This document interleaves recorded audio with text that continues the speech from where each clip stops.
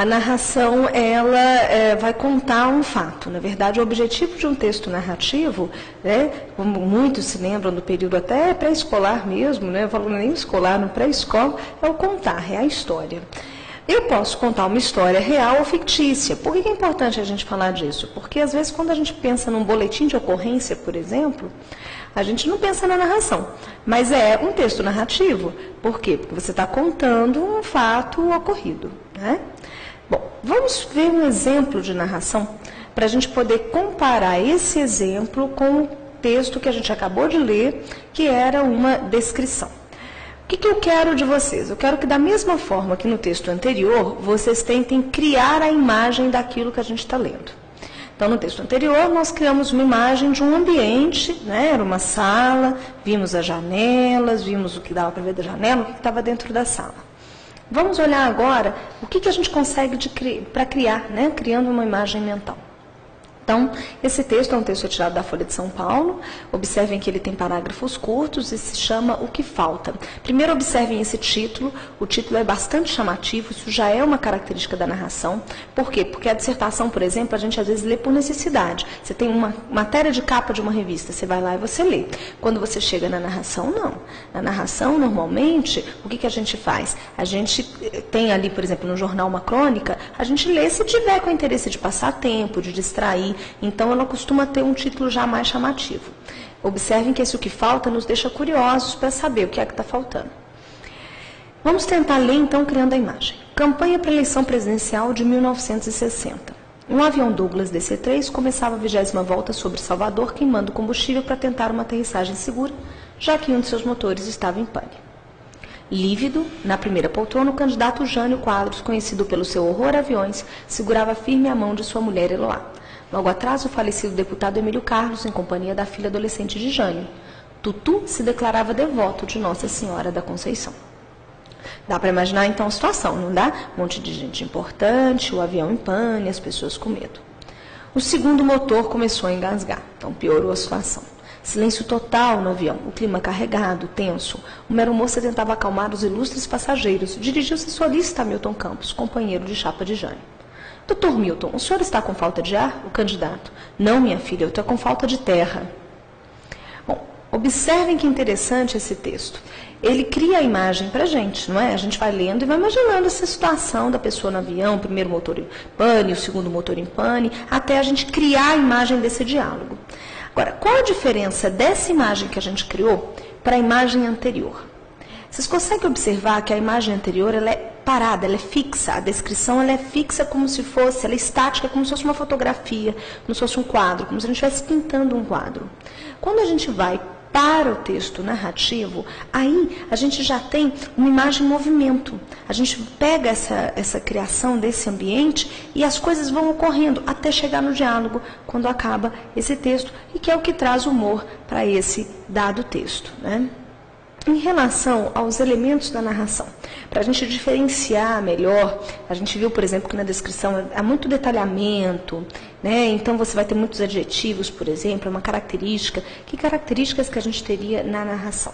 Primeiro, a gente tem o enredo. O enredo são as ações, o que é que acontece? Ninguém conta a história de alguém que nasce rico, vive rico e morre rico, não tem graça. Então a gente tem que ter um enredo. Então, normalmente, esses enredos, eles têm que ter uma mutação. O que é uma mutação? Uma mudança mesmo, eles têm que alterar alguma coisa. No nosso caso, por exemplo, você tem o quê? Um avião que tem personagens ilustres, pessoas ilustres lá dentro, e que acaba tendo motor em pane. Se fosse uma viagem tranquila, que todo mundo entrasse, tivesse tudo bem, aí nós não teríamos, de fato, isso contado numa história que fosse ser publicada, não teria graça. Além do enredo, outra característica é personagem. Personagem é sempre obrigatório em todo texto narrativo, porque todo texto narrativo tem que contar com quem que aconteceu aquela história ali, aquele enredo. Existem 3 tipos de personagem. O principal, chamado também de essencial, que pode ser um só, gente, mas também podem ser vários. Você pode ter 2, 3 personagens. Por exemplo, eu gosto de comparar a narração com a novela, que fica fácil de ver. Você pega uma novela, às vezes você tem um casal que é protagonista. Esses protagonistas são principais. Às vezes é uma pessoa só. Às vezes tem um protagonista e um antagonista, que é o bom e o mal. né? Os secundários seriam lá numa novela os coadjuvantes, por exemplo. Eles são importantes para a estruturação da história, mas eles não são essenciais. De uma forma prática, para a gente entender, vamos imaginar que eu tivesse um ator principal de uma novela e ele morresse. Seria muito difícil a gente dar andamento à história. Se você tem um ator secundário e ele morre, é difícil dar andamento, ele faz falta, mas você consegue terminar a história. E temos ainda os figurantes. O que seria o terciário, né? Também chamado de figurante? Quando você tem um terciário, ele está ali para ocupar espaços, mas ele não é obrigatório, ele pode não aparecer. Então, o que acontece? A gente tem que entender que para contar uma história, a gente pode ter até um monólogo, ou seja, apenas o personagem principal falando sobre qualquer coisa.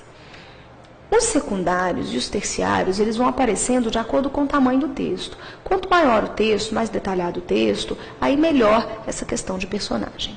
No nosso texto, nós teríamos como principal o Milton Campos e a aeromoça.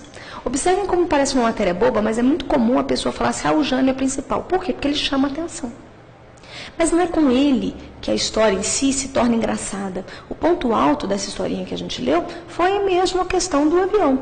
Então, o que acontece? A parte interessante, ela vai ocorrer com Milton Campos e a aeromoça. Então, eles são essenciais para que o texto tenha humor, para que o texto seja interessante. O Jânio, ele é relevante, mas não é essencial. Então, ele é um personagem secundário. E nós temos aí o piloto. O piloto é um personagem terciário. Por quê? Porque ele fala assim, o avião começa a 20ª volta. Não é o avião, é o piloto. Então, a gente chega a dizer que ele é um terciário silenciado. O que significa silenciamento? Quer dizer, ele não foi nem colocado, apesar dele estar no texto, dele existir, porque ele é que estava dando voltas. Então, a importância dele ali é mínima, apesar dele ser essencial para que o avião esteja ali e exista aí. Bom, outra característica da narração é o tempo.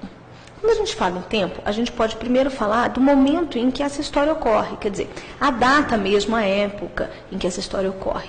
Isso é muito importante. Toda narrativa, ela tem mudanças temporais. Inclusive, os tempos verbais se alteram. Essa é a diferença da narração para a descrição em termos práticos. Porque quando você lê uma narração, você lê uma descrição, nos dois casos você tem textos que você cria a imagem. A diferença está exatamente que na descrição ela é estática e na narração ela tem movimento.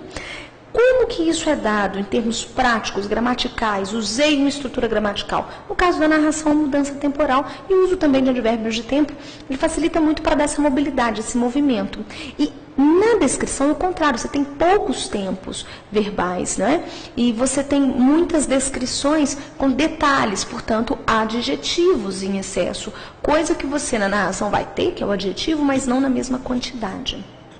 Então, dá para a gente diferenciar esses tipos textuais bem nessa questão do tempo, né? O tempo também é muito importante socialmente. Parem para pensar. O que se espera de uma pessoa na década de 60, aquele personagem na década de 60, eu posso não esperar na década de 80, ou posso não esperar em 1810 ou em 2010. Se você muda o tempo, você muda também a estrutura que você tem, né, do que se espera socialmente para aquela época. O nosso texto, ele ocorre em 1960, durante essa campanha presidencial. Então, esse é o tempo dele. Agora, existe uma outra questão relativa ao tempo ainda, que também é relevante. É o como eu conto a história. Eu posso contar a história de uma forma cronológica. Como que é essa forma cronológica? É uma sequência de passado, presente, futuro. Ou se eu vou contar a história de alguém que morreu, eu conto lá do momento em que nasceu até o dia que morreu, numa sequência lógica de acordo com o que foi acontecendo na vida dele. Então, você tem um tempo cronológico. Mas nós temos também uma anacronia. A anacronia, não cronologia, né? A ausência de cronologia, é uma sequência não temporal. É um tempo que não tem uma sequência. Então, você vai e volta no tempo. Há muitos filmes com isso. Os filmes com flashback, por exemplo, eles são anacrônicos. São exemplos bons para a gente lembrar. Filmes como Amnésia, Efeito Borboleta, eles vão e voltam no tempo. Existem textos também que misturam cronologia e anacronia. Então, se você pensa, por exemplo, num filme Titanic, que eu acho que todo mundo assistiu.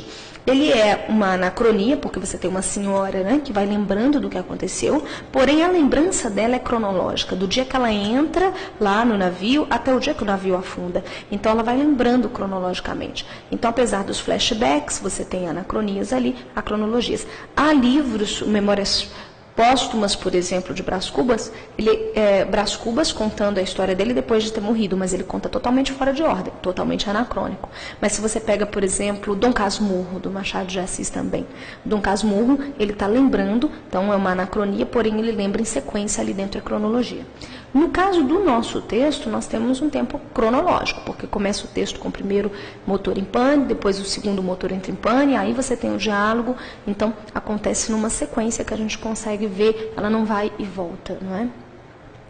Bom, outro elemento da narração é o espaço. O espaço, ele é assim um local em si em que acontece. Se fosse um local geográfico, pode ser real ou pode ser fictício, né? Eles podem criar uma cidade numa história, por exemplo. No nosso caso, o espaço é o espaço aéreo de Salvador, porque o avião está sobrevoando o espaço, está no espaço aéreo sobrevoando Salvador.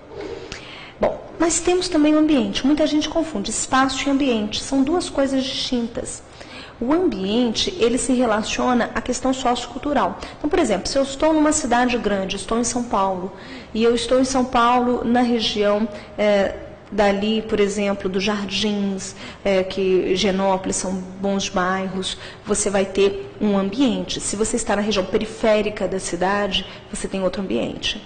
Então, muda a questão sociocultural. Se você está no museu, um museu é um ambiente. Se você está numa escola, você vai mudando a estrutura ambiental. Isso ocorre até numa cidade, por exemplo, no interior. Se você está numa cidade do interior e mora ao lado da igreja matriz, ou mora na região de roça, isso também muda a questão sociocultural. No nosso caso, o ambiente é o próprio avião. Por quê? Entendam, gente, avião não é para todos hoje. A gente está em 1960 nesse texto. Então, o avião realmente não é para todos nessa fase. Tá? Então, nós temos aí essa questão da ambientação.